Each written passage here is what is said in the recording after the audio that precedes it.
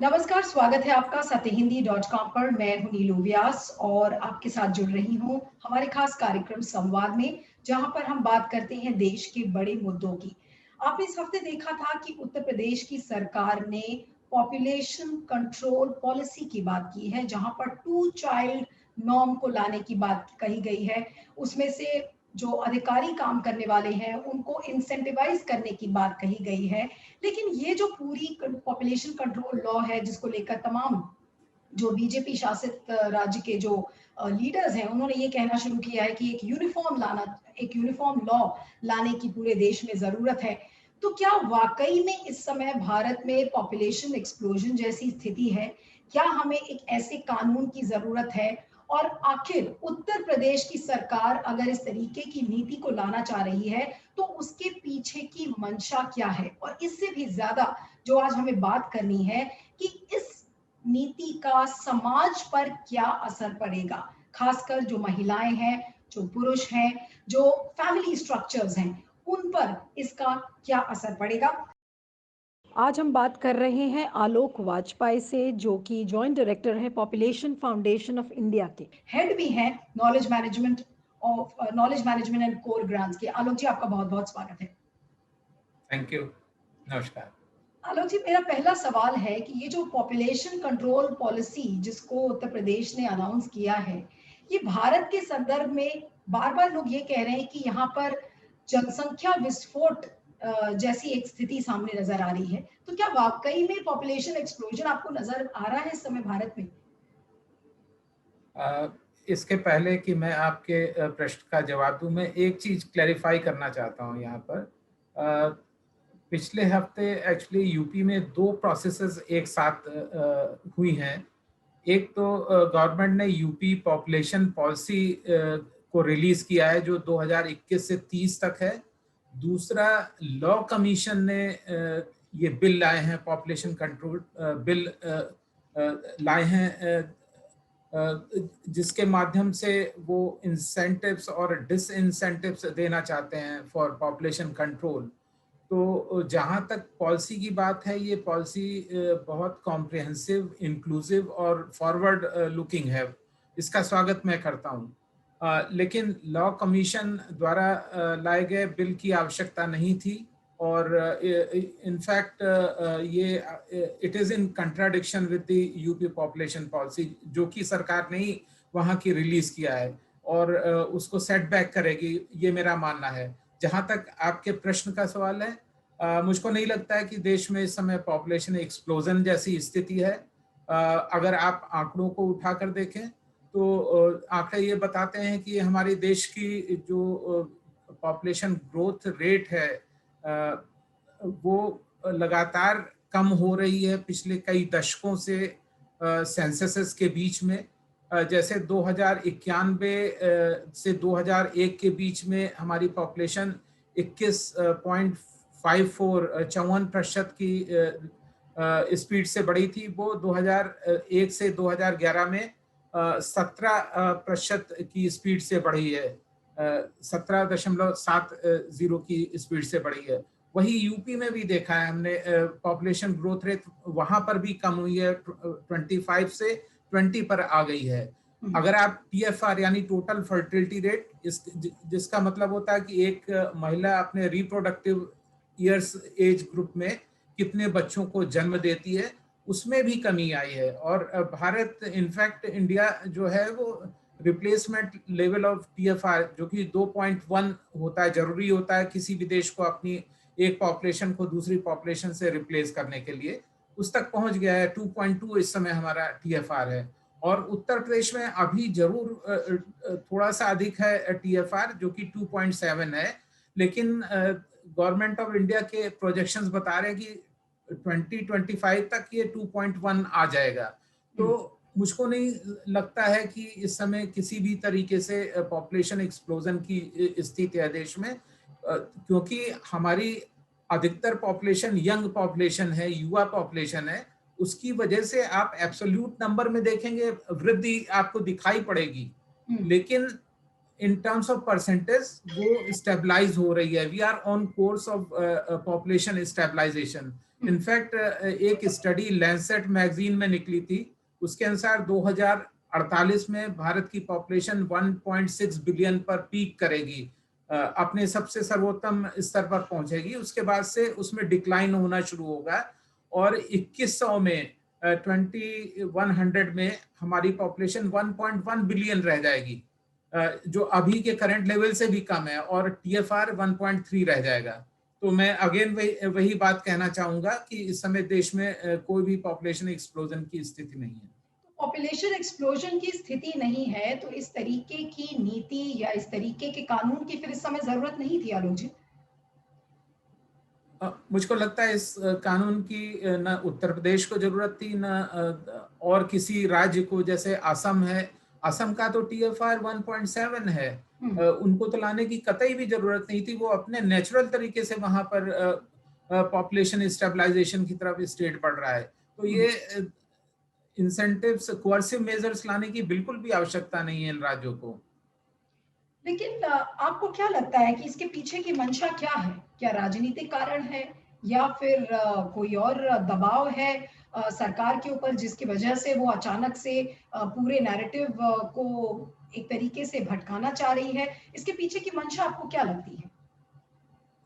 अब मैं पॉलिटिकल विषयों का तो एक्सपर्ट नहीं हूं, तो उनकी क्या इंटेंशन इस पे कमेंट नहीं कर पाऊंगा मे बी। लेकिन ये हो सकता है कि देयर इज कम्युनिकेशन गैप, या जो इस इश्यूज की समझ की कमी है शायद, या बहुत सारे मिसकंसेप्शंस हैं जो इस समय है, हावी ज्यादा हो गए हैं, जिनकी वजह से ऐसे कदम उठाने को सरकार मजबूर हुई है। लेकिन आप ऐसे कदम उठाने के पहले इनको भारत सरकार से भी कंसल्ट कर लेना चाहिए, ministry of health and family welfare से कंसल्ट कर लेना चाहिए। अभी दिसंबर में ministry of health and family welfare ने सुप्रीम कोर्ट में एफिडेविट लगाया था। उसमें साफ साफ कहा था कि भारत को कोअर्सिव प्रैक्टिसेस की बिल्कुल भी आवश्यकता नहीं है। अगर हम ऐसा करते हैं तो ये काउंटर प्रोडक्टिव होगा। तो अगर भारत सरकार ऐसा कह रही है तो राज्यों को मानना चाहिए। लेकिन अब आपसे समझना चाहेंगे कि ये जिस तरीके से इंसेंटिव्स और इंसेंटिव्स को अनाउंस किया गया है कि अगर आपके पास 2 बच्चे हैं तो फिर आपको प्रमोशन मिलेगा, अगर आपके 2 बच्चे से ज्यादा हैं तो फिर आपको गवर्नमेंट की सब्सिडीज नहीं मिलेंगी। ये किस तरीके का समाज हम बनाने की कोशिश कर रहे हैं? अगर फैमिली स्ट्रक्चर्स की अगर हम बात करें तो फैमिली स्ट्रक्चर्स पर इसका क्या असर होगा आलोक जी? मैं ये कहना चाहूँगा कि मैं अगेन डेटा को कोट करना चाहूँगा। इस समय हम ऑलरेडी एक छोटे परिवार की तरफ बढ़ रहे हैं, और ये सिर्फ किसी पार्टिकुलर रीजन में स्थित या किसी पार्टिकुलर रिलीजियस ग्रुप में सीमित नहीं है। Across all geographies, across all social groups ये देखा गया है कि महिलाएं छोटी फैमिली चाहते हैं। NFHS 4 का डेटा बताता है कि वो 2 बच्चों से अधिक नहीं चाहती हैं। तो ऑलरेडी जब फैमिली प्लानिंग की, छोटी फैमिली की डिमांड है देश में, तो इस तरह के कदम उठाने की आवश्यकता ही नहीं है बिल्कुल। दूसरा, मैं ये कहना चाहता हूँ कि आवश्यकता इस बात की है कि वो महिलाएं जो कि अब कम बच्चे रखना चाहती हैं, छोटी फैमिली रखना चाहती हैं, उनको फैमिली प्लानिंग के साधन उपलब्ध कराए जाएं, जो कि उपलब्ध नहीं है। अभी जो unmet need for family planning है वो काफी ज्यादा हाई है। यानी उत्तर प्रदेश में 18% जो महिलाएं हैं करंटली मैरिड वीमेन, उनको फैमिली प्लानिंग साधन उपलब्ध नहीं है। इसी तरह से इंडिया नेशनल लेवल पे 13% करंटली मैरिड वीमेन को NFHS 4 के अनुसार फैमिली प्लानिंग साधन उपलब्ध नहीं है, वो they are not able to access them. तो जरूरत है कि उनकी जो फैमिली प्लानिंग की आवश्यकताएं हैं उनको पूरा करें। अपने आप देश जो है पॉपुलेशन स्टेबलाइजेशन के लक्ष्य को हासिल कर लेगा। लेकिन महिलाओं के स्वास्थ्य को लेकर बहुत ज्यादा चिंताएं जताई जा रही हैं। अगर इस तरीके का लॉ या इस तरीके की अगर नीति आती है तो महिलाओं की सेहत पर क्या फर्क पड़ेगा? आलोक जी, आपसे समझना चाहेंगे कि क्या अनसेफ अबॉर्शंस बढ़ जाएंगे, फोर्स्ड स्टरलाइजेशंस बढ़ जाएंगी, किस तरीके से एक महिला के लिए ज्यादा दिक्कतें होंगी अगर हम 2 चाइल्ड नॉर्म पॉलिसी तक रिस्ट्रिक्ट कर देंगे अपने फैमिली स्ट्रक्चर्स को? बिल्कुल। तो अगर पहली चीज तो ये है कि 2 चाइल्ड पॉलिसी इफेक्टिव होगी, इस बात का कोई भी एविडेंस नहीं है। तो अगर गवर्नमेंट सोच रही है, यूपी गवर्नमेंट की, इससे वो अपना ऑब्जेक्टिव प्राप्त कर लेंगे, तो ऐसा नहीं होने वाला है। बल्कि एविडेंस ये बताते हैं कि 2 चाइल्ड पॉलिसी के निगेटिव कंसिक्वेंसेस हैं, और वो negative consequences vulnerable section society के हैं, जैसे महिलाएं हैं, उनके लिए ज्यादा घातक हैं। और आपने कहा, एकदम सही कहा। इनफैक्ट निर्मला बुच जी, जो मध्य प्रदेश कैडर से आईएएस ऑफिसर थी, उन्होंने 5 स्टेट्स में एक स्टडी की थी। ये 5 स्टेट्स हैं जहां पर जिन्होंने 2 चाइल्ड पॉलिसी अडॉप्ट किया था। वहां पर उन्होंने पाया कि इन राज्यों में सेक्स सिलेक्टिव प्रैक्टिसेस बढ़ गई थी और एबॉर्शन की प्रैक्टिसेस बढ़ गई, डिस्क्वालिफिकेशन से बचने के लिए, क्योंकि वहां पे बार किया था कि लोग जिनके 2 से अधिक बच्चे हैं वो लोकल बॉडीज में या पंचायत में इलेक्शन नहीं लड़ सकते हैं। तो लोगों ने अपनी वाइफ्स को डाइवोर्स कर दे दिया, या फिर बच्चों को दूसरों को दे दिया, क्या नाम, अडॉप्ट करने के लिए। तो आप जानते हैं इंडिया में सन प्रेफरेंस कितना ज्यादा है। न सिर्फ सन प्रेफरेंस है बल्कि डॉटर एवर्शन भी है। तो इसकी वजह से मुझको लगता है अनवांटेड जो अनसेफ एबॉर्शंस हैं वो भी बढ़ जाएंगे। दूसरा, आपने जैसा कहा, स्टरलाइजेशन अभी भी जो है, owners of family planning lies on women, वो और भी बढ़ जाएगा। इस कानून के चलते महिलाओं के ऊपर प्रेशर होगा कि वो स्टरलाइजेशन की तरफ जाएं, या क्या नाम, दूसरे साधनों को यूज करें, तो उनके ऊपर ज्यादा दबाव पड़ जाएगा। तीसरी बात मैं एक और कहना चाहूंगा कि उत्तर प्रदेश जैसी जगह में जहां पर माल न्यूट्रिशन के आंकड़े काफी खराब हैं, तो अगर ये डिसइंटेंसिव्स दिए गए हैं, उसमें एक ये भी है कि अब राशन, जो सब्सिडाइज्ड राशन है, वो 4 लोगों की यूनिट में 2 बच्चे और 2 एडल्ट्स तक सीमित रहेगा एक परिवार में।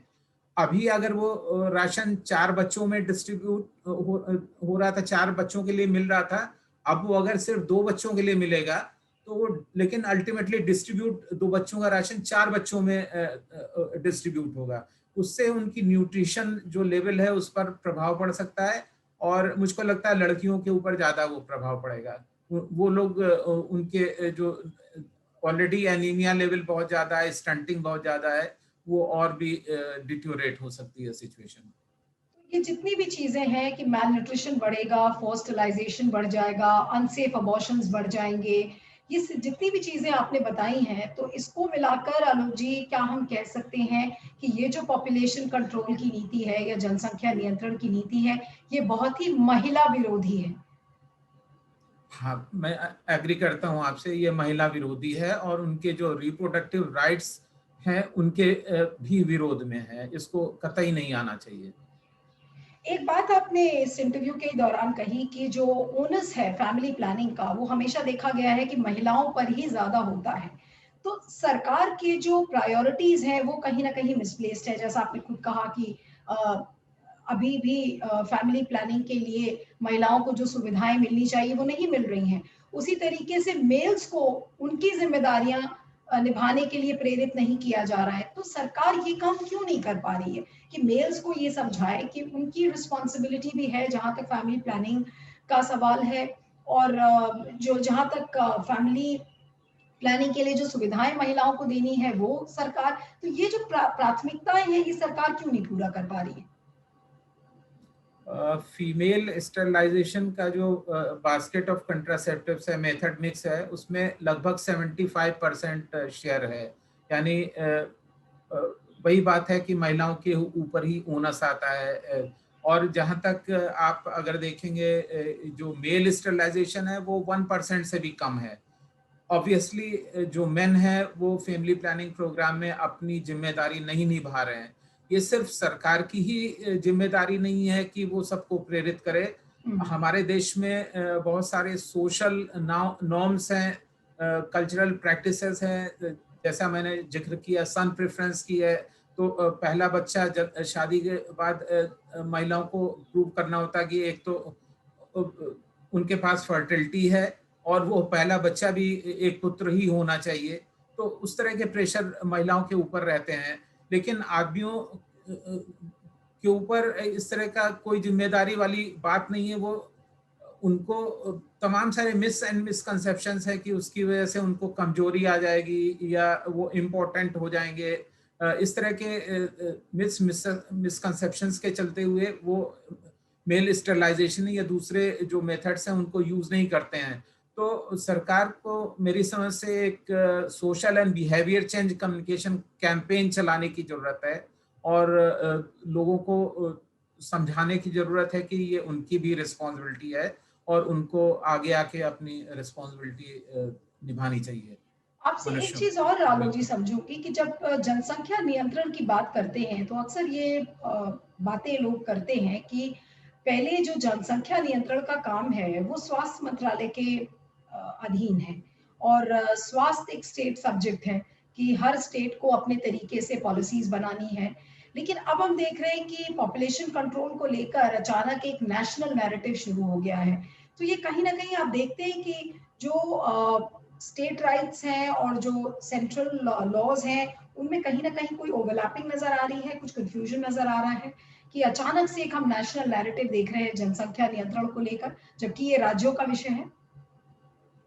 नहीं, जहाँ तक हेल्थ की का विषय है, हेल्थ संबंधित है, से संबंध है, वो राज्यों का विषय है। लेकिन पॉपुलेशन इश्यूज हैं, पॉपुलेशन कंट्रोल से रिलेटेड इश्यूज हैं, वो कॉन्करेंट लिस्ट में आता है, यानी सेंट्रल गवर्नमेंट और राज्य सरकार दोनों के उसमें आता है।